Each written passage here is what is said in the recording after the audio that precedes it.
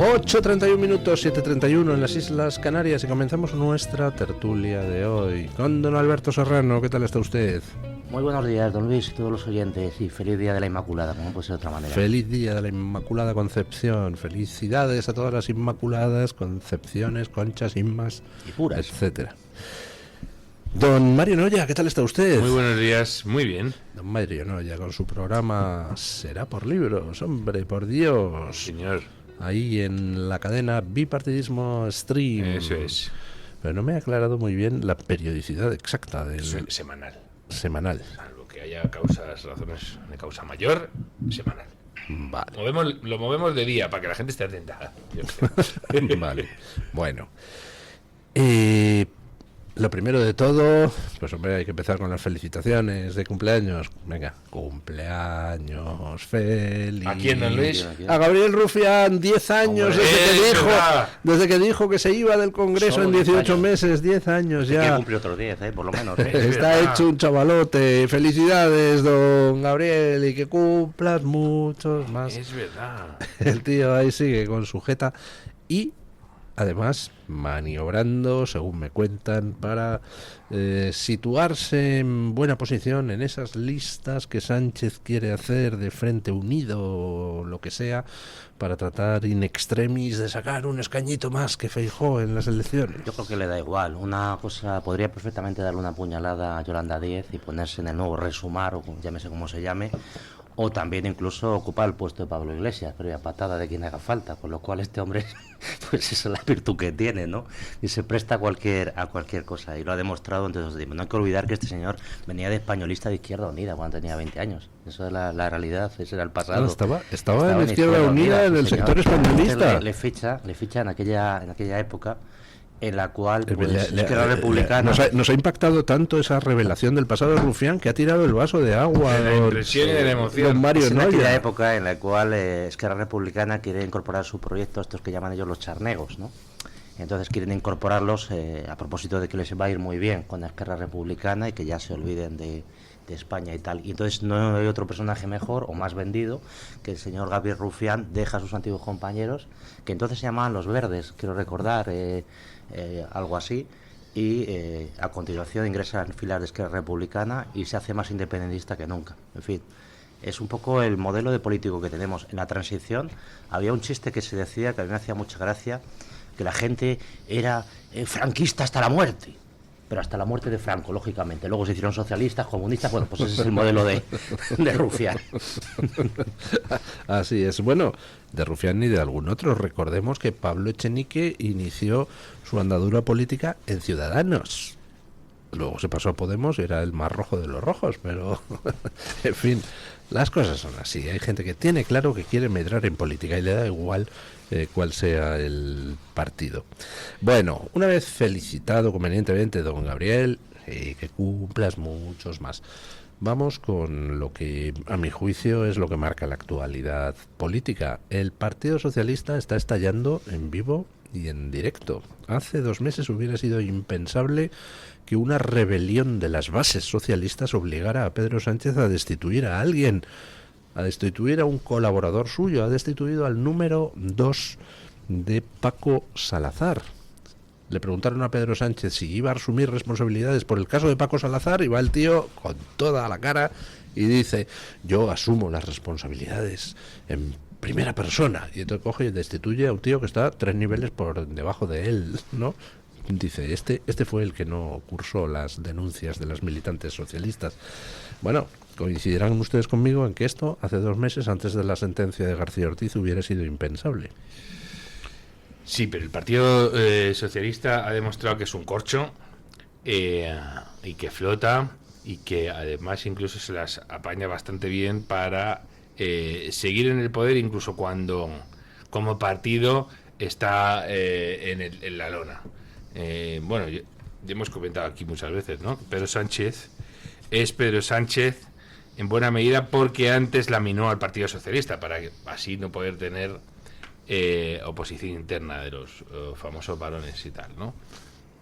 Yo no sé si es verdad que alguna vez han tenido verdadera fuerza los varones, los denominados varones. Yo creo que tenían fuerza simbólica la que les la que se les otorgaba o la que le daban los medios de comunicación, porque ninguno ha hecho nunca se ha plantado ante ningún cacique, porque le llamarán varones, ¿no? Ningún cacique se ha plantado ante un jefe en cuestiones esenciales y ha seguido en el puesto. Es decir, que sus pies son de barro siempre ahí, ¿no? El Partido Socialista y sus terminales está muy claro lo que están haciendo. Van quemando cabezas de turco. Y encima tienen el cuajo de presentarse como una organización implacable con la corrupción y con las distintas fechorías. No. Por otro lado, imaginaos si de verdad importara que se les había llenado el partido de gentuza, evidentísimamente se habrían cargado ya a Pedro Sánchez. Incluso si no estuviera él en el ajo, incluso si no fuera él el capo, sería el más incompetente de todos, ¿no? Sería lo peor que puede tener una organización de cualquier tipo, ¿no? Alguien que no se entera de lo que pasa, alguien que no sabe que justo sus cuadros intermedios, los cuadros que verdaderamente deciden, se dedican a hacer fechorías. Yo creo, don Luis, si me permite, que usted me parece que apuntaba a las 7 de la mañana, que le estaba yo oyendo, una cosa que me parece esencial. Hay un punto de inflexión en la sentencia de García Ortiz. La sentencia de García Ortiz no es una sentencia, digamos, que le mete el cuchillo hasta la empuñadura a García Ortiz. Es una sentencia tipo la del Procés, en la línea un poco de Manuel Marchena. Bueno, esto no es rebelión, sedición, pero en cualquier caso le condenan. Y eso entre sus filas genera cierta zozobra. O sea, lo que entienden estos sus filas, que cumpliendo las órdenes de Pedro Sánchez, te pueden condenar penalmente, ya en habilitación, ya incluso pena de prisión. Y esto por García Ortiz, que era hiperprotegido, pero también por el resto de la familia, y no digamos allegados, familiares o militantes del Partido Socialista. Pero es que hay un segundo hito, a mi modo de ver, que puede tener tanto o más impacto entre las filas socialistas, que es precisamente este 20 o 21 de diciembre, elecciones de Extremadura. Extremadura siempre ha sido una joya de la corona para el Partido Socialista. Y aquí el sanchismo ha apostado más fuerte imposible. Mete al amigo del hermanísimo, es un trágala, incluso ha habido algunas dimisiones a nivel local porque entendían que era inaceptable, pero aún así lo mete con fuertes. Imagínense ustedes que el Partido Socialista se lo mete con fuertes. Bueno, con fuertes, muy bien. Está muy bien. Pues imagínense ustedes que se pega un gran batacazo. Y como consecuencia de eso, la mitad de los cargos en la calle, la mitad de los asesores en la calle, la mitad del dinero que manejan no disponible. Pues esto es lo que realmente hace daño en el ámbito de clase política. Lo digo por experiencia y no hablo de oídas. Esto es lo que realmente le preocupa a la gente. Por otro lado, en Extremadura hay a la gente del partido. Del partido, efectivamente. Los que le pueden echar a Pedro Sánchez internamente. Pero es que luego hay otro factor que también tiene cierta importancia, que son los piques regionales. No hay ningún sitio en toda España donde haya más encone entre el Partido Socialista, de lo que era Izquierda Unida, o llámese ahora como se llame, que en Extremadura. Acuérdense ustedes quién puso a Monago de presidente de Extremadura. ¿Se acuerdan? Izquierda Unida. Y es un sitio en el que tradicionalmente se odian. Y entonces, en paralelo a la destrucción del PSOE, que pueda avanzar, como se dice, por 3 o por 4, ese conglomerado actual de Izquierda Unida, como se llamen, eso a ellos también es una afrenta terrorífica. Total, todos en la calle y en paralelo sus colegas de Izquierda Unida, colocados todos en el machito. Entonces, estas son las típicas cosas, este puede ser el segundo impacto, que pueden tener una trascendencia. Ahora falta, lógicamente, un tercer impacto, que es que haya un líder con peso dentro del Partido Socialista que quiera dar un paso al frente, que eso es más complicado, claro.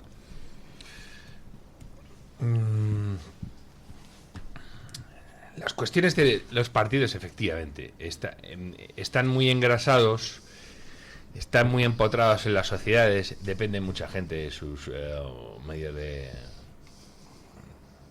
los medios de subsistencia de mucha gente dependen de los partidos, y eso va a pudrir siempre los sistemas basados en partidos. Imaginaos además en territorios como el interior de España, Hay muchísimos sitios donde las fuentes de trabajo están o directamente relacionadas con el poder público o lo están de manera indirecta, porque las empresas que están ahí lo hacen porque han negociado antes ciertas ventajas con el gobernante de turno, ¿no? Las diputaciones, los ayuntamientos, las mancomunidades y tal son esas fábricas de dependientes que funcionan muy bien. Veremos a ver lo que pasa en Extremadura. También es significativo de lo que pasa en Extremadura de nuevo de cómo es el Partido Socialista. El Partido Socialista ha perdido en los últimos años dos bastiones especialmente importantes en el terreno simbólico y le da igual Extremadura y Andalucía. Le da igual, porque de hecho hasta le viene bien. Son territorios que suelen estar a la cola de España en un montón de rankings socioeconómicos. Le viene muy bien para, fijaos lo que están haciendo con la sanidad andaluza, unos tipos que han estado gobernando 38 años y están poniendo el dedo en la llaga en algunas de los males que han generado ellos mismos. O sea, que les viene bien incluso como para movilizar electorado y por otro lado para, ya digo, a Pedro Sánchez y a su PSOE, el no tener poder en algún sitio donde les desgaste hasta les viene bien. Ellos lo que necesitan es tener un número, el número necesario de diputados para poder gobernar con coaliciones Frankenstein. Sí, estoy totalmente de acuerdo con lo que dice don Mario. Lo que pasa es que una cosa es los intereses de Moncloa y de Pedro Sánchez y otra es el de militante de a pie, el concejal de un pueblo modesto de Extremadura y el resto de España, que ese también tiene que comer, lógicamente, ¿no? Entonces, claro, ahí puede venir un poco la revolución, que esta revolución es eterna. Estamos hablando del gato pardo. O sea, es decir, vamos a cambiar de nombre, vamos a montar cualquier otra cosa. ¿Esto lo van a hacer cuándo? Cuando ya estén, digamos que no tenga otra alternativa. Mientras puedan agarrarse un clavo ardiente, por supuesto no van a cambiar de chaqueta. Por eso hace falta un cierto líder que en su caso dé un paso al frente. No creo que sea el señor Paje, porque el señor Paje es un fraude, es una estafa, es una disidencia controlada dentro del Partido Socialista, incluso yo sospecho. Pero sí que puede venir algún otro líder que ahora mismo no conocemos, pues yo que sé, el alcalde de Astorga, el alcalde de León, gente así que se canse, ¿no? Sobre todo cuando vengan determinados hitos judiciales que todavía pueden llegar, como la imputación del Partido Socialista como persona jurídica por todos los trapicheos que se traían, pero fíjense, ustedes, también puede venir la imputación del propio Pedro Sánchez. Es un tema que no se habla demasiado, pero yo creo que está encima de la mesa. En los años 90... perfectamente Barrio Nuevo y Rafael Vera pudieron imputar por el tema GAL al señor Felipe González, se hubieran declarado como testigos cualificados que al frente de esa organización estaba el señor Sánchez. De igual manera, el señor Bárcenas, ya un poquito más adelante, podía perfectamente haber imputado al señor Mariano Rajoy si hubieran dicho que toda esa trama de corrupción del Partido Popular la dirigía, la mandaba, la ordenaba el señor Mariano Rajoy. Pues ahora mismo está en la mano, yo creo, como número 2 del señor Ábalos, de Koldo y de todos los demás, decir que todo eso por lo que están en prisión puede ser de igual manera culpable o máximo responsable el señor Pedro Sánchez porque les impartía órdenes directas. Se produciría esa circunstancia, evidentemente, y lo declarará ante el Tribunal Supremo, donde se tiene que declarar, no por ahí en entrevistas periodísticas, si lo declara ante el Tribunal Supremo, pues en ese punto probablemente el Tribunal Supremo no le cabría otra que llamar al señor Pedro Sánchez para ver si eso es verdad o no. Y si le produjera ese llamamiento, solamente podría ser como imputado por los derechos procesales que le corresponden al señor Pedro Sánchez una vez que se le ha formulado contra él una acusación. Con carácter previo, fíjense la crisis institucional tan tremenda que se podría avecinar, con carácter previo habría que impedir el suplicatorio al Congreso de los Diputados del presidente del Gobierno. Es de lo que estamos hablando. Entonces, en ese contexto, es a lo que me refiero, alguien podría dar un paso al frente, porque evidentemente un paso atrás no lo va a dar en ningún caso el señor Pedro Sánchez. Que no lo va a dar en ningún caso, ¿por qué? Porque esa afirmación de dónde sale. Porque, hombre, lo que ha hecho hasta ahora, acuérdese el manual de resistencia. Este señor no tiene intención, es capaz de dirigir el Consejo de Ministros desde la prisión provisional de Soto el Real, yo creo. Yo no le veo en estos momentos Ojalá me equivoque y finalmente tenga un toque de humanidad, un Pero gusto de ¿qué, sangre, ¿no? qué paso atrás va a dar? ¿Por qué va a dar un paso atrás? No, un paso atrás sería convocar elecciones, claro. Don Luis. Yo creo que Sánchez dará un paso atrás. Va a coger convocará impulso, elecciones. irse por ahí, No, República ya, Dominicana. Cuando quiebre, yo creo que ya es imposible que coja impulso. Y cuando quiebre, quiere decir cuando quiebre él personalmente, que eso posiblemente, pues él sería capaz de tirar por la cara para adelante. Pero tiene mucha gente en su entorno que también puede quebrar, su mujer, su hermano, su familia, que le diga, oye, deja ya de fastidiar, quítate Bueno, de y los foco, típicos personajes que estás secundarios destruyendo de a tu película. hermano, por ejemplo, ¿no? Los típicos personajes Entonces, secundarios de películas, estoy pensando en La Fontanera, estoy pensando en Coldo García Izaguirre. Yo siempre digo de cachondeo que tiene dos problemas muy serios, el señor Pedro Sánchez. Uno, Donald Trump, y al mismo nivel casi Coldo García Izaguirre, porque los dos le pueden desestabilizar. Ahí este señor de la margen izquierda de la ría de Bilbao tiene ese potencial de ponerse encima de la mesa e incluso pues ponerse al nivel del desequilibrio que puede provocar para este gobierno las decisiones de Donald Trump, ¿no? Y efectivamente los personajes secundarios de esta historia, que la conocen al dedillo, pueden desestabilizarlo de manera definitiva a un personaje menos secundario, y a partir de ahí cae todo como un castillo de naipes, por supuesto. Pues, vamos a ver. o sea, lo que acaba de hacer Sánchez es un síntoma de debilidad ya brutal, es decir, el que se ve obligado a cesar al que era el número 2 de Paco Salazar en Moncloa, quiere decir que tiene que entregar una cabeza a la gente, porque dentro del partido el clamor era ya insoportable, ¿no? Bueno, evidentemente hoy está un poquito más débil que hace un mes, y dentro de un mes pues ya veremos dónde está, ¿no? No lo sé, don Luis, que usted en esto es muy optimista y nunca... Por aquí nunca le sale bien el optimismo.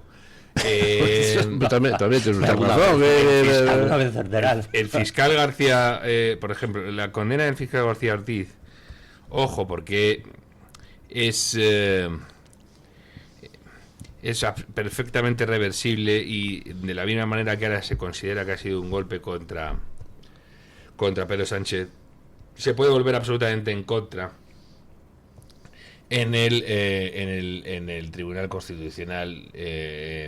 Sí, pero eso ya lejos de lanzar a la opinión pública el mensaje de ¿veis? García Ortiz era inocente, recalca que el Tribunal Constitucional está al servicio de Sánchez. ¿Y dónde está el problema? Pues que y para ahí, sus socios menos aún. pues que ahí no estás lanzando el mensaje de que Sánchez protege suficientemente a los suyos. ¿Cómo que no? No, Mira, porque Sánchez... hasta en las condenas te saco. Si es igual que con la amnistía. No, porque Sánchez va a dejar el poder como muy tarde en 2027.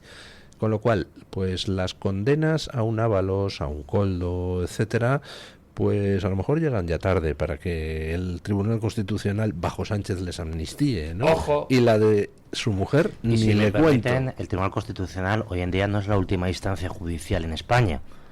La última instancia judicial en España, por el proceso de delegación de competencias, es el Tribunal de Justicia de la Unión Europea, el Tribunal Europeo de Derechos Humanos, es decir, instancias internacionales, de tal manera que si esa resolución, como dice don Mario, llegara anulando esa condena, y esto lo planteé yo mucho, y yo creo que Cándido se enteró muy a posteriori, cuando llegara esa resolución para ejecutar ante el Tribunal Supremo dice, oiga, tengo dudas en esta ejecución.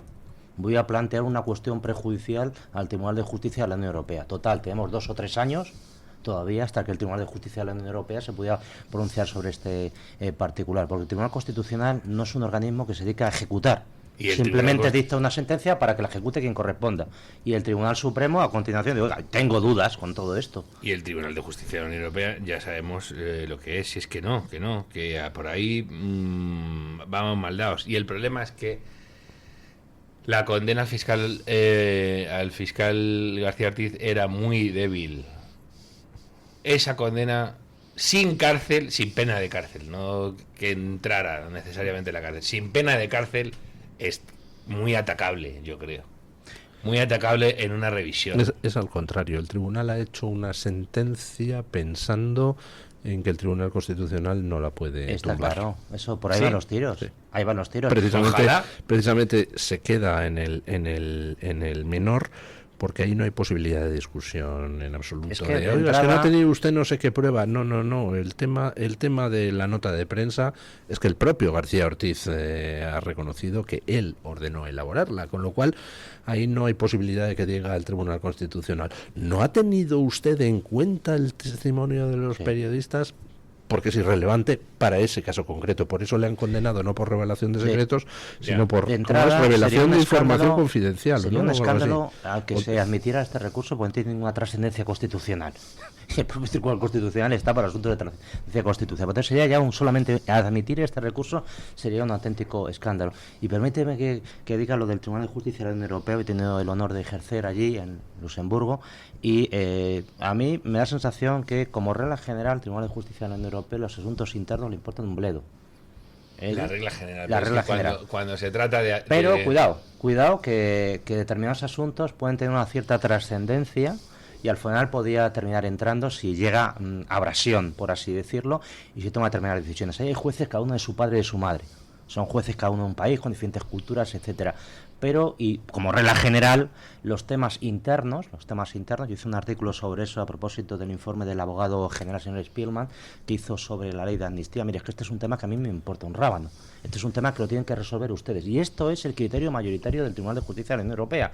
Pero, si traspasas una línea, como pasó en determinados países, y así lo consideran ellos, entonces pueden ir a saco. Y veremos si España está al borde de o no de esa línea, ¿no? Como regla general. Como regla general, efectivamente. Claro, por eso. Yo diría que la regla general... Es que el Tribunal de Justicia no está para otra cosa. Está para resolver asuntos de legalidad europea, no para resolver los problemas internos. El problema es cuando se salen de la regla general y la política ahí lo contamina todo. Si es que... y además, la Unión Europea no está... la Unión Europea es verdad que tiene un diseño muy influido por los mandarines que hay en Europa, por los burócratas, pero también con muchísima capacidad de interferencia y de injerencia de los poderes estatales duros. No es así, no es... Sí, y también... no es el... Estoy de acuerdo totalmente. Hay tribunales, incluso en Estados Unidos, que son mucho más tribunales en el sentido de contrapoder o de poder alternativo a los poderes ejecutivos, que dicen, mira, yo soy esto y tiro por aquí.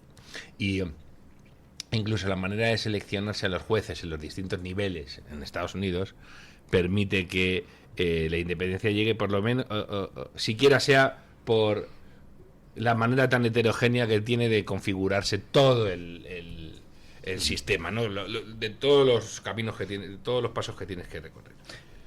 Pero es verdad, o sea, y al final, incluso cuando la Unión Europea te devuelve la pelota, en España el problema es que la indefinición que tenemos con la cuestión nacional y con las cuestiones esenciales lleva a que nada se solucione.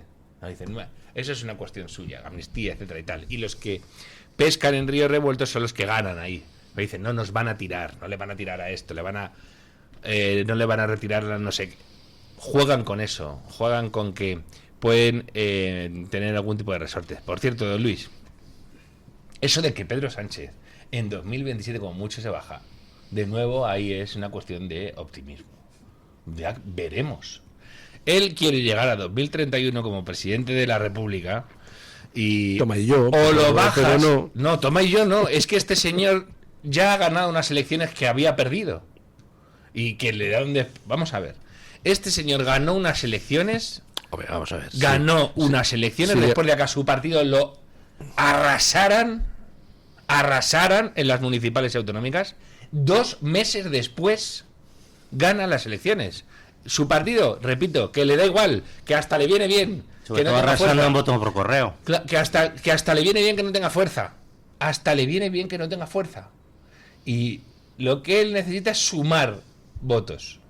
Y ahí o se hacen las cosas bien o en 2027 vuelve a ganar. Y luego otra cosa, don Mario, estamos diciendo, este señor gana esas elecciones en el 2027. Y yo digo, ¿y por qué tiene obligación de convocar elecciones en el 2027? Porque lo dice la Constitución. La Constitución también dice que tiene que presentar el presupuesto si no lo hace. Entonces, a propósito de cualquier artilugio jurídico, este señor es capaz de inventarse alguna especie de crisis. Hombre, sí, puede y salir mañana. No convocar elecciones. Claro, esto no sería. Y podría salir mañana con un Kalashnikov, meterle un tiro a Feijóo y otro a Bascal y declararse dictador vitalicio. Es que como, sí, sería posible, claro. Pero entonces los demás también cogemos un Kalashnikov. Vale, don Luis, pero ¿usted se imagina que hace 5 años le dicen que iba a haber un gobierno con 3 años sin presupuestos y usted qué iba a decir? Sí, claro. ¿Y qué va a ser? ¿Dónde? Pero a mí eso, película de Woody Allen sobre a mí eso dictadores... sinceramente me parece casi irrelevante. Desde el punto de vista político, económico no. Pero me dicen hace 5 años que va a estar un gobierno prorrogando los presupuestos 3 veces. Digo, bueno, ya se han prorrogado 1 vez y 2 veces, otras veces. Por tanto, que llegáramos a 3 no pasa nada. Pues consecutivamente no. Pero es que además la excusa de este gobierno para seguir gobernando es que tienen que llevar a cabo su programa progresista, etcétera. Sí. Pero ¿qué programa progresista? Como dice usted, no tienen capacidad de movilización de recursos económicos porque no aprueban presupuestos, no sus presupuestos prorrogados. No han aprobado nunca presupuestos en lo que va de legislatura. Pero es que luego, ya tengo publicado varios artículos en ese sentido, de que es el gobierno con menor producción legislativa de la historia. El año pasado 13 leyes y este año, en lo que va de año, solamente 12 leyes. Ustedes dirán, pero afortunadamente, exacto, ahí, o sea, pero no llevan a cabo ninguna política progresista. De hecho, pues casi la inmensa mayoría de las leyes que hacen estos gobiernos, si nos las ahorráramos, sería mejor. Porque queremos bloqueo. Pero un momento, porque lo grave... ¿Qué es lo grave? No ir a publicidad. Exacto. Pausa publicitaria y vamos a... Tu voz, tu libertad, tu radio. Radio Libertad. Estas fiestas en Viena Capellanes cocinamos tu Navidad. Celebra lo grande con o sin camareros y sorprende con nuestros menús de cóctel y picoteos navideños. Y en casa, encárgate solo de disfrutar. Descubre la carta en todas nuestras tiendas o en vienacapellanes.com. Con Viena Capellanes, todo sabe mejor en Navidad. Con Fernando Paz descubriremos cómo el cristianismo ha moldeado la historia occidental y del mundo. A lo largo de 10 sesiones recorreremos desde los orígenes del Antiguo Testamento hasta el siglo XXI, explorando la fe, la vida de Jesús, los primeros cristianos, los concilios, el papado y los momentos decisivos, como las cruzadas, la evangelización de América y el conflicto entre razón y fe. Comienza este mes de octubre. Llama al 91-616-2464 e infórmate o escríbenos un correo a clubdeamigos@clubdeamigos.org. Conéctate y vive la libertad en tu radio. ¿Tu piel ha perdido firmeza? ¿Tus articulaciones están más rígidas? La fórmula de Aminopac contiene aminoácidos precursores del colágeno y vitamina C necesarios para la salud de tu piel, huesos y articulaciones. Dale a tu cuerpo lo que necesita para producir colágeno con Aminopac. Pídelo en tu herbolario o farmacia o visita ahora mederinutrición.com. Presentamos Navarretinto, probablemente la mejor explotación de cerdos ibéricos de España, situada en la dehesa extremeña. Durante la montanera, los cerdos se alimentan de bellota de encinares sostenibles. Nuestra denominación es de bellota 100% ibérico. Mención exclusiva Pata Negra. Navarretinto tiene como norte la excelencia. Si le gustan los productos ibéricos, llámenos al 91 625 02 28. Con total garantía de satisfacción.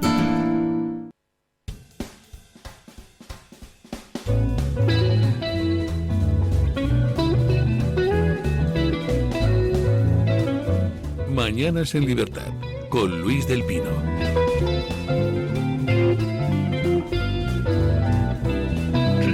Don Mario le había dejado con la palabra en la boca.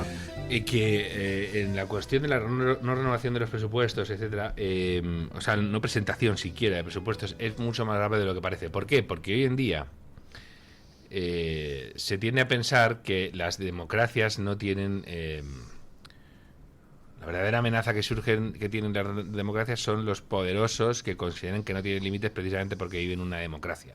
Cuando no funcionan los contrapoderes, eso es especialmente grave, porque además acabas pudiendo un sistema que no se basa en la dictadura de la mayoría, sino en la fiscalización de la acción de los gobernantes y, idealmente, en la restricción del ámbito de actuación de los gobernantes. sin los mecanismos de fiscalización y sin los frenos que se ponen a los poderosos desaparecen, la democracia se convierte en algo muy, muy peligroso. Ni siquiera es una demagogia, es una cosa rara porque está capturada por élites que no dan cuentas de sus actos. Debería estar prohibido y llevar a la disolución automática de un parlamento el no aprobar los presupuestos, ni una prórroga. O sea, debería estar prohibido. Es decir, ahí no debería ser facultativo. Precisamente ahí es donde tienes que marcarle a un gobernante. ¿A usted lo han gobernado con los votos? Con los votos va a seguir adelante. No los puede presentar abajo, no puede usted negociar nada, abajo. Usted se cae. Ya está, no hay más. Pero no hay una. Usted sería partidario de hacer lo que pasa en el gobierno americano, que si no se aprueba el límite de gasto en el Congreso, se cierra el gobierno. Bueno, eso está muy bien, ¿por qué? No, pero eso está muy bien en Estados Unidos porque como las consecuencias son directas, o sea, es que hay gente que se queda sin cobrar. Claro, pero fíjese, don Mario, yo voy un poco más allá que usted. Voy a ser un poco más radical que usted. Yo creo que no presentar los presupuestos hoy en día es una prevaricación administrativa como un castillo. La Constitución impone unas obligaciones muy claras. Genera un debate sobre el presupuesto de cara a los ciudadanos. Otra cosa es que se apruebe o no se apruebe. Si ese debate se hurta al ciudadano, se está hurtando un trámite político absolutamente esencial. Y es como si yo como policía, yo como médico, etcétera, no cumplo mis obligaciones esenciales. Eso es una prevaricación como un castillo. Ningún partido, no sé, supongo que por razón estratégica, lo está planteando. Pero la obligación de este gobierno es 3 meses antes de que expire el año natural presentar un proyecto y aprobar un proyecto de presupuestos y presentarlo a las Cortes Generales para que haya un debate. Y no estamos hablando de cualquier cosa, como dice don Mario. El primer acto de ejercicio democrático de la historia de España son las Cortes de León, año 1188, en virtud de la cual se aprueban unos presupuestos para el Reino de León, tiempos de Alfonso IX. Ha llovido casi 1000 años. Pero ese es el primer acto constatado de historia democrática de España. Es decir, que un rey propone unos ingresos para generar, para a su vez cubrir unos gastos a las diferentes estamentos que en ese momento conformaban el Reino de León. Bueno, pues esta tradición democrática de 1000 años está siendo pisoteada por el señor. Yo cuando yo hago lo que me da la real gana. Las Cortes efectivamente nacen pues primero para que el rey jure y segundo para controlar, para autorizar los presupuestos, pero luego ya enseguidita, y están por ahí las actas de las Cortes de Castilla y León, enseguidita evolucionan para otras cosas, por ejemplo para hacerle al rey propuestas como por ejemplo del estilo de: pedimos al rey nuestro señor que prohíba que las celebraciones, por ejemplo, de casamientos, etcétera, gasten tanto dinero, porque esas muestras de ostentación realmente tal, es decir, enseguida se meten en berenjenales. Pero no, de verdad, ese tipo de cosas son muy importantes y, o sea, las democracias se montaron para que los gobernantes no vivieran atemorizados, para los gobernados, perdón. Y ahora se vive en un régimen de terror. ¿Habéis visto el anuncio ese que ha publicado en el Financial Times un despacho de abogados, ¿no? Contra la Hacienda Española. Sí, ¡demoledor! Sí. Y a esos hay que hacerles un monumento en cada pueblo de España. En cada pueblo. Bien, pues tiene que cambiar. No hay que ser monedero para decir que el miedo tiene que cambiar. Nunca jamás hay que hacer un monumento a alguien de Inglaterra porque finja trabajar por las libertades en España. Los ingleses solo trabajan al servicio de los ingleses. Don Luis, somos herejes, sí, de toda la vida. Don Luis de Lezo. Que me perdone mi cuñado, que es inglés. Pero fijaos, no. Los gobernantes en las democracias tienen que sentir temor de extralimitarse. Claro, o sea, habría que decirles, claro. Oye, tenéis un ámbito de actuación, vais a gobernar, que es bastante. Y luego, además, habría que hablar de las retribuciones de los expresidentes, etcétera, para decir, bueno, y muy bien, no te preocupes que tienes el futuro resuelto, no vas a tener que venderte a nadie, ni vas a tener que legislar pensando en a ver dónde me coloco dentro de 5 años. Perfecto, muy bien, eso se tendría que hablar. Pero la otra tendría que ser: ojo en cuanto te salgas del carril, porque te vas para adentro. De verdad es muy importante esto. Igual que, o sea, lo de los presupuestos tenía que llevar inmediatamente a la disolución de las cámaras. No puedes gobernar sin cuentas, ya está, así de sencillo. Y segundo, programas electorales. Aquí también hay que limitar. tú no puedes encima hacerle pasar como un cínico pizpireto a Enrique Tirano Galván por decir los programas electorales están para no cumplirlos. No. O sea, no tenéis disciplina, no hay, ¿cómo se llama esto? Ellos no tienen, no están obligados a seguir el mata. Perfecto. No podéis prometer cualquier cosa. Ya está. Perfecto. Muy bien. Vamos a ver cómo lo arbitramos para que si prometes 1 millón de viviendas y luego haces una, no te salga gratis. Para que si dices no voy a pactar con golpistas y luego pactas con golpistas, no te salga gratis. No puede ser, o sea, porque si no, lo que dices es, esto es la cucaña. Lo que importa es no bajarte y cuando llegues agarrarte. No puede ser, o sea, no pueden concebir que el poder en un régimen democrático consiste en llegar y que a partir de ahí puedes hacer lo que sea. Totalmente de acuerdo. Nos falta cultura democrática, no a nuestros dirigentes que son abiertamente antidemocráticos, sino digamos a la gente en general. Quienes nos gobiernan en un régimen democrático, dice perfectamente don Mario, son nuestros representantes y no están ahí para cualquier cosa, están para cumplir un programa que previamente se ha votado. Exacto, son nuestros servidores, son nuestros jefes. Representantes. Y no manejan dinero suyo. Manejan dinero nuestro, para lo cual tienen que pedir autorización tanto para los ingresos como para los gastos anualmente, porque así lo dice la Constitución, que es otra norma que le imponemos por encima del propio gobierno y del Poder Ejecutivo, como norma suprema, cosa que se están saltando a la torea con ese atajo del Tribunal Constitucional. Entonces nos falta cultura democrática para entender lo que dice don Mario. En un régimen democrático el poder no es absoluto, no es que yo te dejo 4 años, haz lo que te dé la real gana. Eso en el antiguo derecho romano se llamaba dictadura. Cuando había una situación de crisis, de tensión, de invasiones, se le nombraba un señor para que durante un tiempo hiciera lo que le diera la real gana y luego dejara el poder. Bueno, pues este era el dictador, que luego acostumbraba a no tratar de dejar el poder, ¿no? Y había que echarle a palos. Pero esto que están haciendo hoy en día, en el derecho romano, era una dictadura. Hago lo que me da la gana durante 4 años porque tengo vía libre como si fuera un contrato de arrendamiento. Mire usted, no. Usted durante esos 4 años, desde el minuto 1 hasta el día que se vaya, tiene que hacer lo que sea en representación mía, cumpliendo las normas que le vienen impuestas y, evidentemente, como dice don Mario, tratando de cumplir su programa. Y si no, tendría que tener algún tipo de consecuencias. No, eso tienes que... Y se tendría que, ya digo, restringir mucho más. Otro grave problema que tenemos en las democracias, precisamente, es el grado de invasión de todos los ámbitos de la vida que tienen los políticos. Y hay que restringirles igual. O sea, fijaos, estos tipos, al final, voy a lanzar una aplicación para medir el grado de implicación de los miembros de una pareja en las actividades cotidianas. Mira, solo por proponerlo te voy a meter en la cárcel. Te voy a meter en la cárcel. Para que te enteres de cómo va la película. No, es que va así esto. Y les vamos a dar una esta de... con mis datos, que están haciendo ustedes, ¿qué? Apagones, todo ese tipo de cosas. O sea, en serio, los gobernantes tendrían que tener miedo de decir, coño, a ver qué va a pasar, a ver si aquí me he ido y me va a costar. Eso es, para que restrinjan mucho su grado de actuación. Esto que estamos viendo todo el rato, contratos de 14.999 euros. Me cago. Todo, o sea, ahí tendrías que decir, estás vulnerando, estás haciendo un ejercicio espurio absolutamente del uso de los recursos públicos y estás adjudicando por 1 euro menos, que hay que ser sinvergüenza, a por ellos. A por ellos. O sea, que hay que invertir la carga aquí, que la gente está en pánico y cuando hay que decir, oiga, usted tiene aquí 100 contratos por 1 euro menos de los que le exige concurso público. ¡A la picota! O sea, habría que poner picotas ya otra vez en las plazas. Porque no, no puede ser.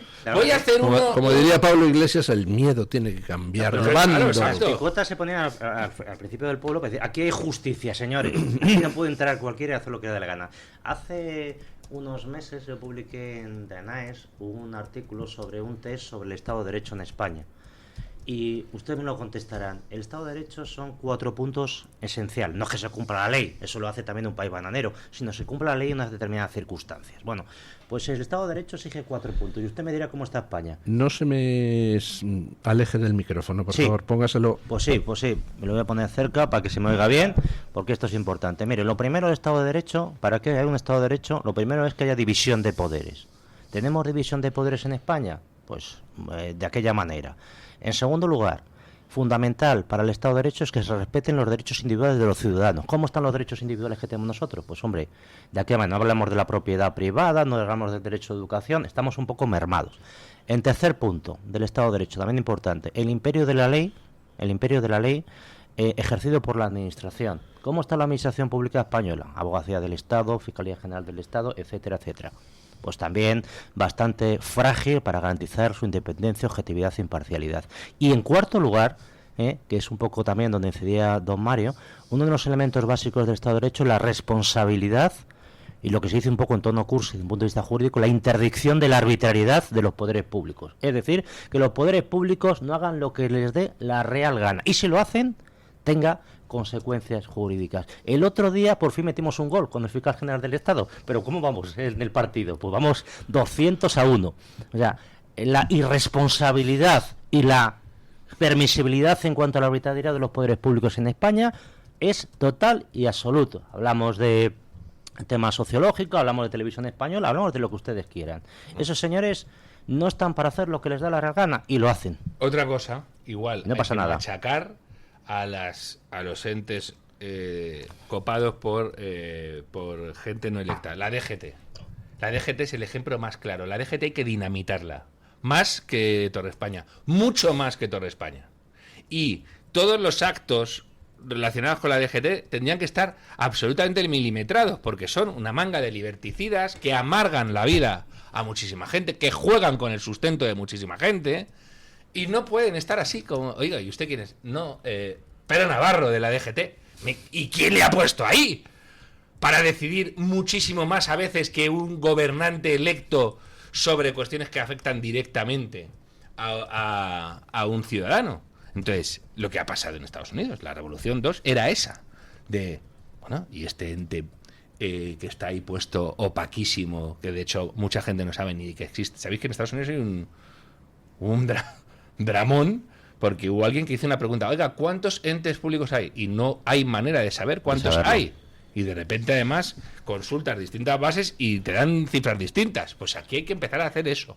Oiga, el organismo, el observatorio que ha dictado, ¿qué? ¿Una norma de qué? ¿Y quién es para dictar normas? Repito, entes como, sobre todo, es que la maldita DGT, la de la baliza. Sí, hay que decir que no.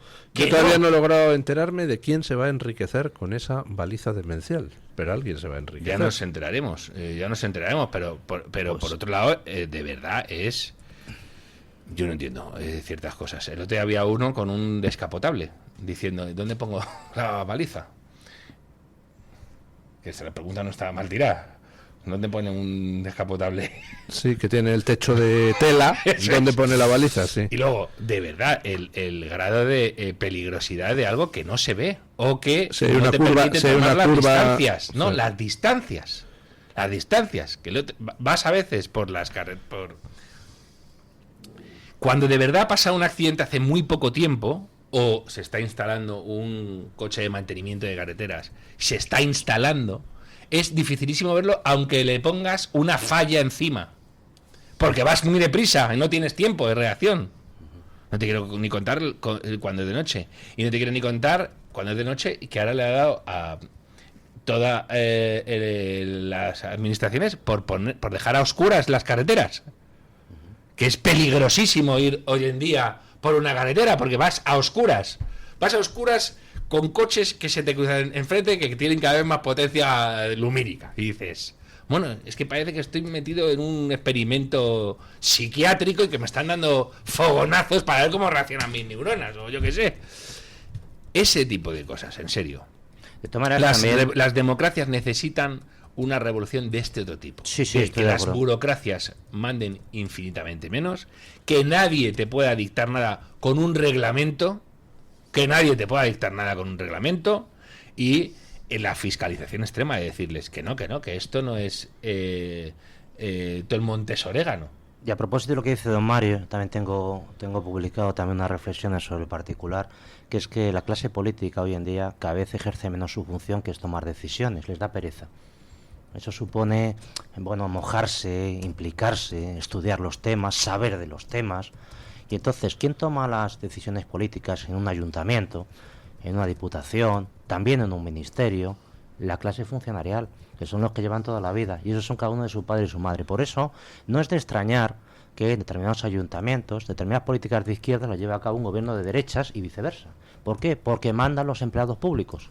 Y los empleados públicos hacen lo que les da la real gana. Y el político de turno, que no tiene ni puñetera idea de allí donde está, lo único que hace es el sí buana a lo que dice el supuesto técnico. Digo supuesto porque también, lógicamente, tiene unas inclinaciones políticas también personales, y se produce esa circunstancia que la gente no entiende. ¿Cómo un gobierno del Partido Popular practica políticas de izquierdas? Y más raramente, pero también pasa a veces en viceversa. Y la explicación es esta que está diciendo don Mario, porque las decisiones no las toma el consejero, el delegado correspondiente, sino las toma el subdirector o el jefe del departamento, y a partir de aquí todo sí bueno. Y bueno, no quiero dar ejemplos concretos, pero muchas veces, para que te solucione un problema, una determinada persona, no hay que llamar al consejero, no hay que llamar a ningún delegado de área, hay que llamar al jefe de departamento. Y ese es el señor que tiene mando en plaza y te lo exterioriza. Sí, voy a tomar esta decisión, de acuerdo, no te preocupes que lo firmará el consejero, el delegado, la semana que viene. Y ese es el que manda. Y entonces se está produciendo ese fenómeno. Y eso es paralelo a que la clase política no tiene información ni quiere tenerla. Claro. Entonces llego allí a estar y a figurar. Y que tome esta señora la decisión. Y ya está, si se estrella le corta la cabeza. Y si sale bien, me pone la medallita. Y, por cierto, porque por otro lado, vamos a ver, que es lógico y es verdad que las sociedades son cada vez más complicadas y que se necesita precisamente por un aparato funcionarial muy importante, pero de gente muy competente. No se puede meter a cualquiera. Y además, incluso cuando te despiertas en modo libertario, no quiero ninguna regulación, luego te das cuenta, vas por la calle y dices, a ver cuándo arreglan este bache, y de repente piensas, ¿y quién va a comunicar que hay un bache? Pues efectivamente, es decir, se necesita que generar unos ámbitos de funcionarios, de expertos, que permitan que funcionen las cosas. Pero precisamente por eso hay que darle mucha más importancia. A veces incluso puedes elevar precisamente la retribución, porque es complicado. Y hay funcionarios españoles, funcionarios, gente que trabaja en el sector público, que están muy mal pagados. No quiero, si me escuchan los médicos, imaginaos cómo se pueden sentir. Bueno, los médicos no tienen malos sueldos. No, para lo que trabajan, para la manera en que trabajan. Unos cuantos años. Sí, pero sí, que no. No, pero de todas maneras eso está muy descompensado. Pero digo, por ejemplo, en Andalucía, el escándalo de los cribaos, ¿a quién se le remitía? No, es que hubo un jefe de lo que acabamos de decir. Sí, claro. Hubo un jefe de que tomó esa decisión. Vale, pues alguien fiscaliza las decisiones que toman los cuadros. Porque viene de abajo son muy arriba. Importantes, es verdad.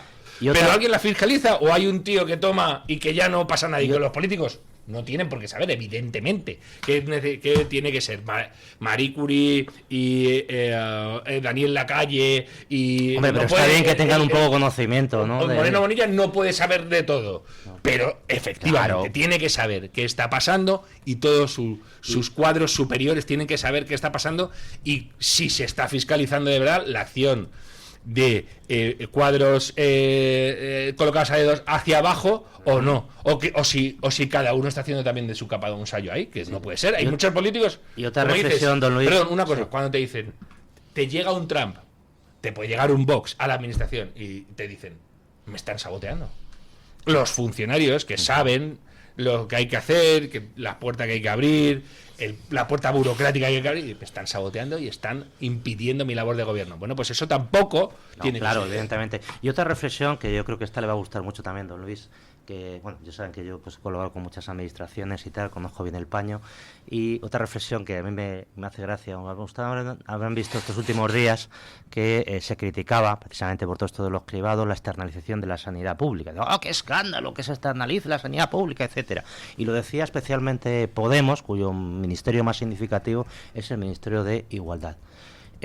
A propósito de lo que decía don Mario, que los baches y tal, todo eso ya no lo hacen funcionarios, todo eso lo hacen ya contratas en la administración, porque la administración ha tenido un proceso de vaciamiento tremendo en los últimos 40 años, de tal manera prácticamente recaudan dinero y luego contratan a quien tiene que hacer las cosas. Bueno, pues en este contexto que estaba comentando del Ministerio de Igualdad en tiempo de la señora Montero, ¿saben ustedes cuántos empleados públicos tiene ese ministerio?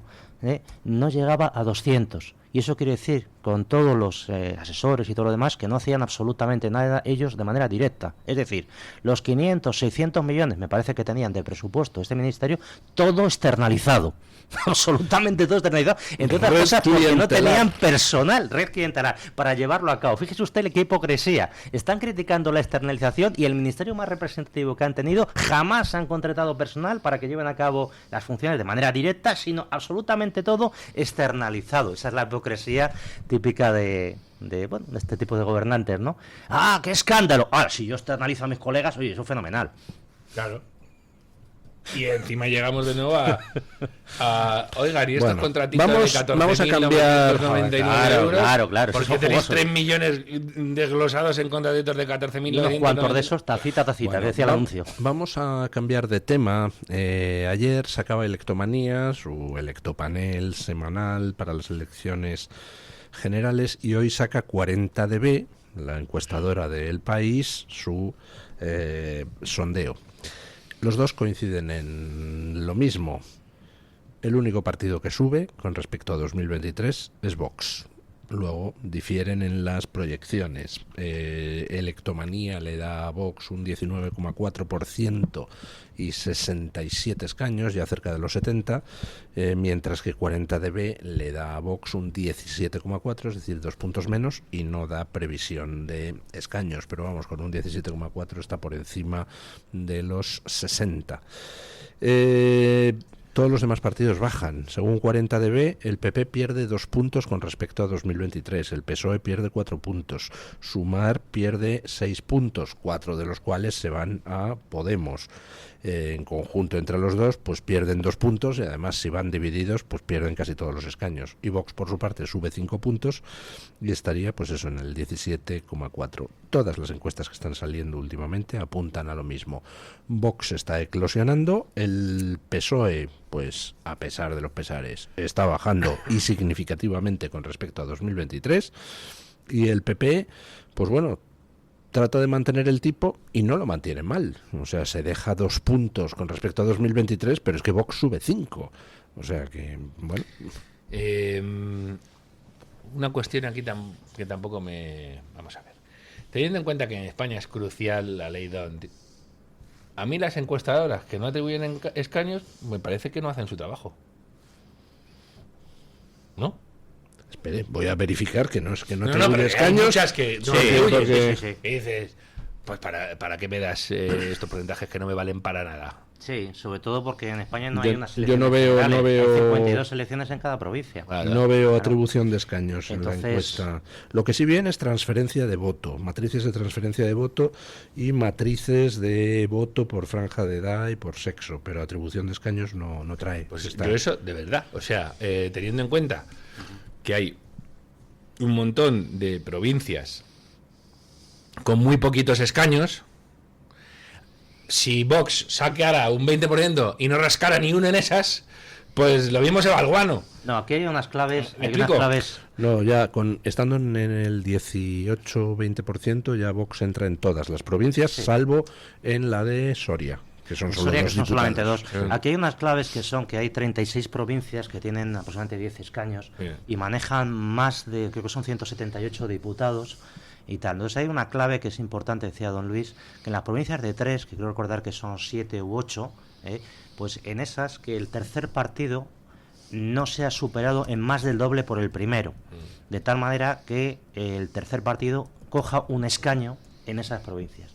Entonces, Vox, con la proyección actual de un 18 o un 20%, no es superado en más del doble por el Partido Popular, que previsiblemente va a ser el primero en esas provincias con un 30%. Y eso supone que en esas provincias va a ser un diputado para el PP, un diputado para el PSOE y un diputado para Vox. Cogiendo las provincias de 30 escaños se va a más de 60 escaños, como dice don Luis. Y el siguiente hito que podría cumplir Vox, que yo creo que está muy cerca en determinadas provincias, porque siempre se habla del dato global, pero luego hay que ir al dato provincial, es si Vox consigue en alguna provincia, ser el segundo partido más votado, que está perfectamente en su disposición conseguirlo.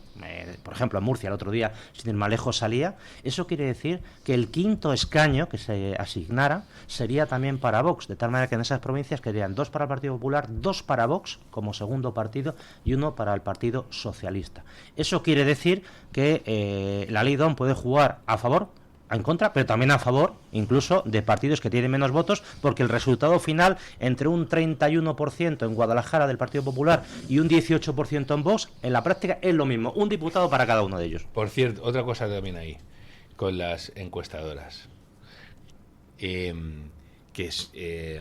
son tan disparatados los resultados que ahora ya toca poner en cuestión su trabajo, porque ¿qué te dicen?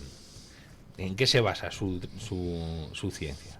Oigan, nosotros hacemos catas en la sociedad que permiten averiguar lo que piensa la sociedad entera.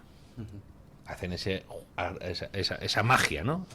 La gente te diría, coño, esto es magia, ¿cómo vas a saber lo que piensa la gente entrevistando a 1000? Sí, pero bueno, es que lo hacemos con ciencia. Perfecto. Si fuera así, es imposible que difieran tanto las encuestas. Se tendrían que pegar por porcentajes. Por decimales. Pero... sí, pues mira, le hemos atribuido un 1% más. No, o sea, no están en el mismo rango siquiera. Tú coges el CIS con... No, incluso Electomanía hace una cosa que a mí me produce estupefacción. Te pone una cosa que está interesante en un primer momento, que pone Polcheck, que es el grado de fiabilidad que tienen las encuestas que ellos recogen. Y te ponen... Y dan noticias de encuestas que ellos le dan un 1 de Polcheck. Es decir, dicen, oye, esto es una mierda. Pues si es una mierda, ¿cómo lo publicas? Bueno, pero te lo pone. No, bueno, vale, pues voy a inventarme hoy la encuesta Varios Noya asociados. Pero eso... Vox saca 800. Eso lo acaba de hacer Iván Redondo. O sea, ha sacado Opina 360, Opina no sé qué. Pero eso es lo que dice nuestro amigo Jaime Berenguer, la profecía cumplida. Que determinadas encuestas lo que hacen es animar a un determinado electorado. Porque a la gente no le gusta votar a un perdedor. Entonces, oye, que va ganando no sé qué. Entonces, dentro del proceso de manipulación del sistema electoral, no solamente es el día de la votación, también con carácter previo. ¿Qué es lo que está haciendo Tezanos durante tantos años? Claro. Entonces, él siempre genera una determinada dirección con objeto de tener un impacto en el electorado. Entonces, ese impacto en el electorado se manifiesta luego en el voto, porque la gente vota en función también de las encuestas. Imagínense que, dieran a un Vox, por ejemplo, un 3% en determinadas provincias. Pues la gente se desanimaría. Claro. Sin embargo, si tiene una fuerte presencia, si se manifiesta, pues la gente, oye, perfecto, es un voto que va a sumar, fenomenal. Y así con todo. Entonces, la profecía cumplida... eso también influye, sin ningún tipo de duda, más allá que programas electorales, o, oye, ¿quién va a ganar? Oye, me asumo. Imaginaos además, por otro lado, dando solo porcentajes de voto. Aquí también. Mira, Vox, un 17. Si la gente no tiene por qué estar siguiendo el histórico de un partido, pues a alguien que lo que quiera sea quitarse a Sánchez de medio, un 17 le puede parecer muy poco. Luego le va a llegar alguien y dice, no, pero si es el doble, le da igual. Bien, y si encima no le traduces a escaños... Claro. Sí, es que no es lo mismo decir... estás en un 17% que estás en 70 escaños. Eso ya necesitas explicarlo mucho menos. La gente sabe que son 70 escaños. Y ahí el cálculo que haces también a la hora de medir tu voto varía. Igual que, por eso están ahora todo el rato. Guardiola a punto de la mayoría absoluta. ¿Qué quiere decir eso? ¿Qué están queriendo trasladar con eso? Pues también hay que dejes de historias, ¿no? Y que votes a Guardiola. Nadie va a decir, pues si va a... Nadie en términos estadísticos. También hay que pues decir... si va a ganar, le voy a quitar un voto, por joder. No claro. Se hace eso, es todo lo contrario. También hay que decir que por ley electoral yo creo que hay gente para todo, ¿eh? Vamos a ver, los mensajes en una campaña electoral los carga el diablo. Por ejemplo, pues parece una norma casi general lo que usted comentaba antes de el voto ganador, ¿no? El efecto bandwagon, que lo llaman, el efecto del vagón de la orquesta que acompaña a todos los desfiles, que la gente va detrás muy contenta andando. Si hay uno que aparenta ser ganador, entonces mucha gente dice, bueno, pues vamos a votarle, ¿no? pero al mismo tiempo también puede pasar lo contrario. Puede pasar que si un partido lanza efecto ganador, entonces moviliza al electorado contrario, que no pensaba votar, pero dice, van a ganar estos piratas, tal, o la ultraizquierda, o lo que sea. Entonces es muy difícil graduar hay que conocer las los cosas, colectivos, ¿no? hay que conocer los colectivos. Y yo quería comentar... Y para conocer los colectivos, nada mejor que contratar a un gurú electoral que cobra una millonada por decir 3 generalidades que luego son todas mentiras. También quería comentar que se piensa, normalmente se dice, que el votante de Vox le quita votos al Partido Popular y por tanto escaños. Y eso no es verdad. En muchos casos. En muchos casos la confrontación electoral en determinadas provincias es con el Partido Socialista. Y ese voto adicional a Ciudad de Vox le quita un escaño al Partido Socialista que se lo come Vox. Ejemplo, Albacete. Ejemplo, Albacete, sin ir más lejos. En general, las provincias de 5, el quinto escaño va a estar en disputa entre el Partido Socialista y Vox probablemente. Y en las provincias de 8, etcétera. Por tanto, no en todo caso... Y ya en las provincias de 4, ahora hay muchas provincias de 4 donde están PP, que está por delante, 2, y PSOE 2. Pues ahí entra ya Vox y le quita al PSOE el segundo escaño. A partir de la de 3, en todas ellas... también hay otra cosa que favorece a Vox, que no haya un cuarto partido que llega a un 15%, como su día pudo ser Podemos o lo que sea. Entonces, estos ya quedan para muchas migajas a partir del 9º escaño. Por eso le dan menos de 20 escaños, ¿no? Prácticamente solamente en las grandes entrarían esa coalición del señor Rufián, que contamos esta mañana. Oye, por cierto, en esto de la penetración de Vox, hay ya encuestas que dicen que es el principal partido en los barrios obreros o en las zonas de clase media trabajadora, de clase media baja, etcétera. Ojo, porque ahí... La encuesta de 40dB trae el desglose por tramos de edad, y en todos los tramos de edad por debajo de 45 años el partido más votado es Vox. Es que ahí va a hacer rotos. Va a hacer rotos porque... los barrios, estaba usted hablando de barrios. Los barrios tenían como mucha vida propia y se han convertido en otra cosa. Por ejemplo, yo me crié en un barrio de clase baja de Alcobendas que tuvo todos los problemas relacionados con la droga y con las ciudades dormitorio, en esos que ahora la gente mitifica los años 70 y los 80 y oye, volváis allí otra vez y hablamos. Entonces, tuvo esos problemas. Se solucionan esos problemas a veces de la peor manera, porque es con la muerte de un montón de jóvenes por la droga, etcétera, no sé cuánto. Ese barrio empieza a recuperar tranquilidad y ese mismo barrio recibió enseguida, sin solución de continuidad, una invasión migratoria. Totalmente. Y no hay españoles ya. Y dices, un momento, ¿qué ha pasado aquí? No, bien. Ha habido barrios de ese tipo que, como se gentrificaron y se fueron a vivir allí los patineteros que votan o a Más Madrid o al PP, si se pone como ahora, si se acarmena, les da igual, pero porque ya no son barrios, son otra cosa, son tu zona de disfrute, y como eres especial y eres intelectual y vives la vida, tu barrio es Neverland. Que no, que los barrios son otra cosa, y que necesitan muchas redes sociales de asistencia, etcétera. Y eso está volando o se están convirtiendo en redes de asistencia de extranjeros. Totalmente. Bien, vas ahora, este fin de semana he ido por un barrio, me gusta mucho pasear por esas zonas, por la Elipa, por barrios súper populares de Madrid. Creo que no he visto más banderas de España. Sí, es verdad. Ahora, los últimos... 2017 hubo un montón en todos los sitios. En esas zonas es donde más banderas de España veo. Y por cierto, voy a contar otra paralela.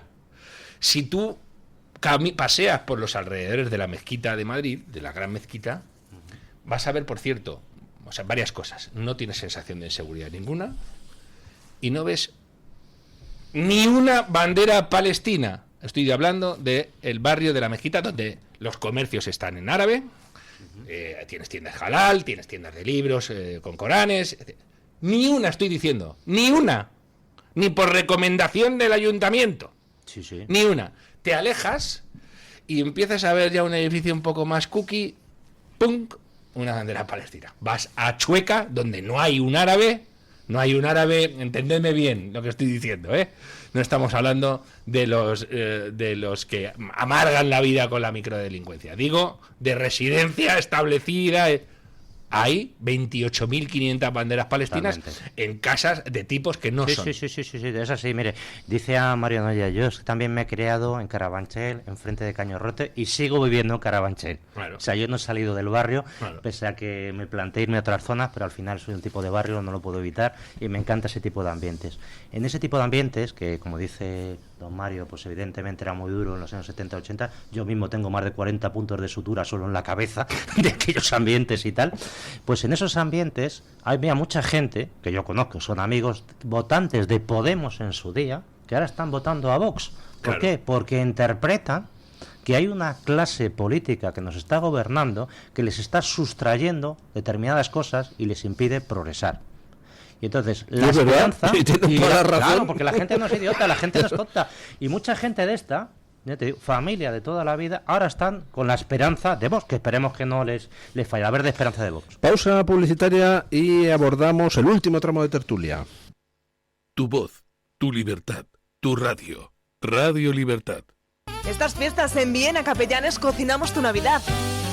Celebra lo grande con o sin camareros y sorprende con nuestros menús de cóctel y picoteos navideños. Y en casa, encárgate solo de disfrutar. Descubre la carta en todas nuestras tiendas o en vienacapellanes.com. Con Viena Capellanes, todo sabe mejor en Navidad. La doctora Iradier, especialista del Instituto de Microcirugía Ocular, IMO, Grupo Miranza, realiza en Madrid cirugía premium de presbicia y catarata.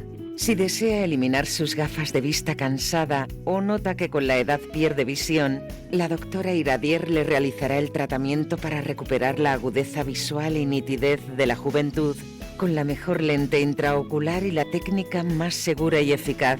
Doctora Iradier en IMO, Grupo Miranza. Teléfono 910-783-783. Calle Valle de Pinares Llanos 3, Mirasierra, Madrid.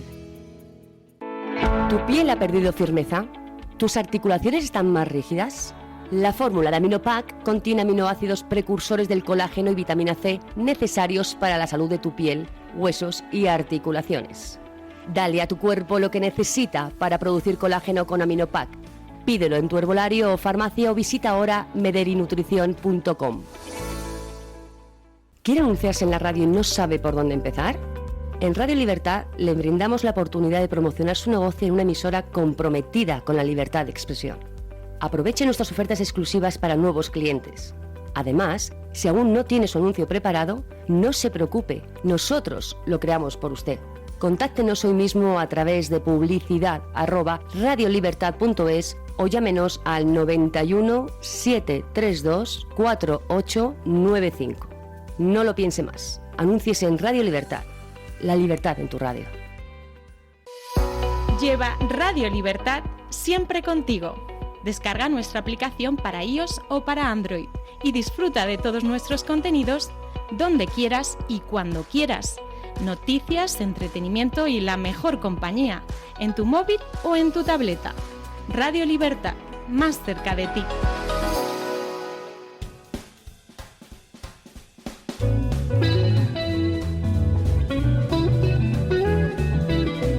Mañanas en Libertad, con Luis del Pino.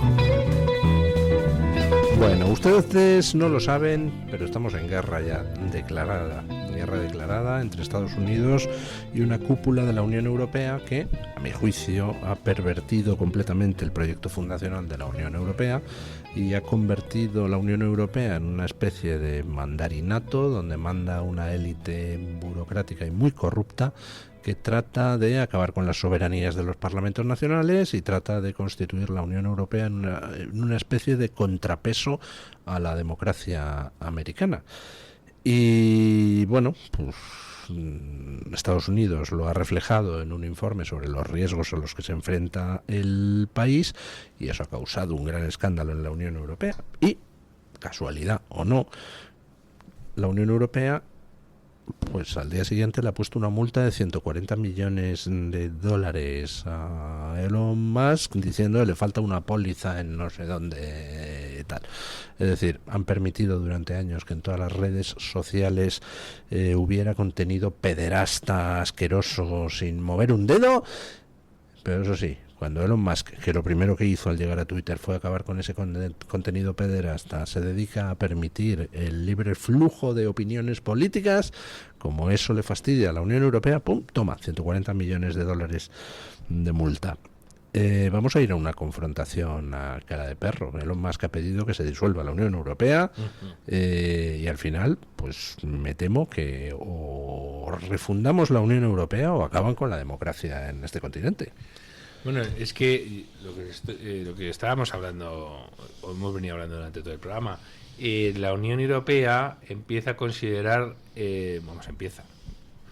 la Unión Europea considera en muchos ámbitos un estorbo la voluntad popular, la representación ciudadana y los reclamos de la ciudadanía. Es un despotismo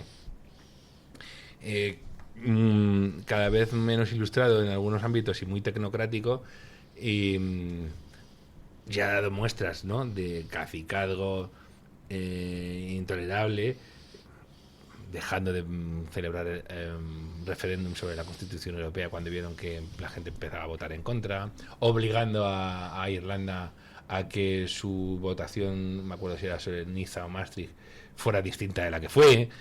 Es un espectáculo lo de la Unión Europea.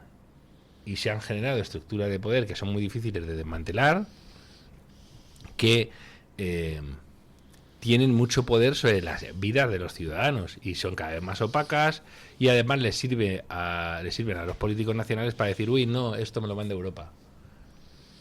Hay que hacer esto porque es que lo manda Europa. Bueno, habéis visto lo que hace Almeida. Por cierto, Almeida, otra vez también. 300.000 coches creo que es. No pueden circular por Madrid. A partir del 1 de enero, ¿no? 300.000 coches. Que además... Y todos ellos, o una mayoría de ellos, de gente que no se puede permitir el comprar otro coche. Y les van a cobrar el impuesto de circulación, ojo, Eso. Y sobre todo, es que hay sentencias en contra de Almeida diciendo en las multas, que no puedes hacer eso y les da igual y siguen hacia adelante. No puede ser. Ahí, de nuevo, los gobernantes tienen que tener miedo a acabar en prisión. Gobierna a los funcionarios, hazme caso. Claro, ¿no? Gobierna a los funcionarios. Sí, es así. Siguen las inercias. Pero cuando se hizo el valiente las primeras 24 horas, los suspendieron, le montaron una manifestación, los de Greenpeace, la puerta en la Cibeles, y ya se rajó. Dijo, no, es que me lo dice la Unión Europea. ¿Y? No, pero aparte es mentira. No, pero dice el funcionario de turno. Pero, y sobre todo, la Unión Europea como pues mira, si te lo ha dicho, si esto era así y no se podía, sal de aquí porque tú te has presentado a un cargo del que ignorabas las básicas. Me cuesta pensarlo, me cuesta creerlo, teniendo en cuenta que eres abogado del Estado y que eres un empollón. Y aparte que es mentira, que hay ciudades españolas que no tienen zona de bajas emisiones. Eso y no pasa nada, no vienen de Bruselas a detener al alcalde. Claro, eso pasa con la tasa de basuras. La tasa de basuras exige una ordenanza aprobada por los respectivos ayuntamientos. Muchos ayuntamientos no la han aprobado, bien porque no tienen mayoría suficiente para aprobarla, o bien porque directamente no quieren. ¿Pasa algo a esos ayuntamientos? No va a pasar absolutamente nada. Y la excusa es que es obligado cumplirlo y por tanto imponernos esa tasa de basura que finalmente tendrá que anularla los tribunales por la indefinición que tiene y todo lo demás. Pero fíjese, decía usted, don Luis, sobre todo al principio del programa, y tenía toda la razón, que estamos hartos de la Unión Europea, esa burocracia que hace lo que le da la gana, que no le hemos votado. Esto como regla general, como decía antes, es totalmente cierto. Pero es que además hay un agravante en el caso de España. La mayoría de los países se toman en serio la Unión Europea porque saben que se toman decisiones que le afectan directamente al ciudadano y los partidos políticos se implican y tratan de presionar en favor ya no de una determinada ideología, sino a favor de su propio territorio en función de sus propios intereses particulares, con la excepción, una excepción que es España, que siempre ha ido con los pantalones por debajo de las rodillas en lo que se refiere a la Unión Europea. De hecho, la clase política que tradicionalmente se ha mandado son desechos de tienda. Oye, ir para allá y votar todo lo que os diga el Partido Popular Europeo, el Partido Socialista Europeo. Y entonces, claro, ahora se está produciendo una circunstancia que es que de vez en cuando Vox toma la palabra y dice determinadas cosas. Y esto es insólito en la historia del parlamentarismo europeo español, que siempre ha ido a decir que sí, y luego dicen, oiga, sí, pero usted ha votado en contra. No, ya, bueno, ¿yo qué voy a hacer? Pero vamos a ver, ¿cómo que usted qué va a hacer? Usted está puesto con la ideología conservadora socialista, pero para defender los intereses de España, que es lo que hacen todos los países en la Unión Europea, o la mayoría de ellos. Pero hay un grupo de países como España que es un trágala, me da exactamente igual. ¿Qué dice la señora von der Leyen que hay que hacer? Pues eso es lo que voy a hacer yo. Y me da exactamente. ¿Que perjudica a España? Bueno, ya habrá alguna cosa que nos beneficie, etcétera, porque estamos tutelados, somos coños pequeños. Y esto es absolutamente lamentable y contribuye mucho a esa imagen que dice usted. Nos controlan burócratas, es cierto, pero además el poco control que podemos ejercer sobre ellos, que es a través de nuestra clase política, no lo ejercen, porque es más cómodo y se vive más feliz dando el botoncito que me dicen. No, es el problema que tiene la Unión Europea de mandarinato es tremendo. Y luego hay otra cosa que es muy perniciosa y que se explica poco o que parece mentira cuando te lo dicen. Y es que como tienen montado todo un imperio en Bruselas y en Estrasburgo, el que vive allí, primero se siente Paco Martínez Soria, sí, es verdad, cuando llega a la ciudad diciendo, sí. Soy el palurdito y estos saben todo mucho de cualquier cosa. Y segundo, se vive muy bien. Claro. Y tiene muchas prebendas paella, de mucho paella. tipo. Y hay mucho interés hay creado paellas, para no desmantelar porque eso. Bruselas es una ciudad medio española y entonces, oye, qué bien. Sí, eso es un retazo. Estar allí y decir, vengo a desmantelar de verdad esto, no a vivir de poner el cazo. Si me permite una anécdota muy breve, Bruselas es una ciudad ideal para visitar en agosto, porque se van todos los políticos y toda la gente de la Unión Europea y entonces están los precios tirados. Y entonces ahí uno vive durante unos días como vive en la Unión Europea, con las paellas, los mejillones, esto lleno de bares. Y digo, oye, esta gente que bien vive.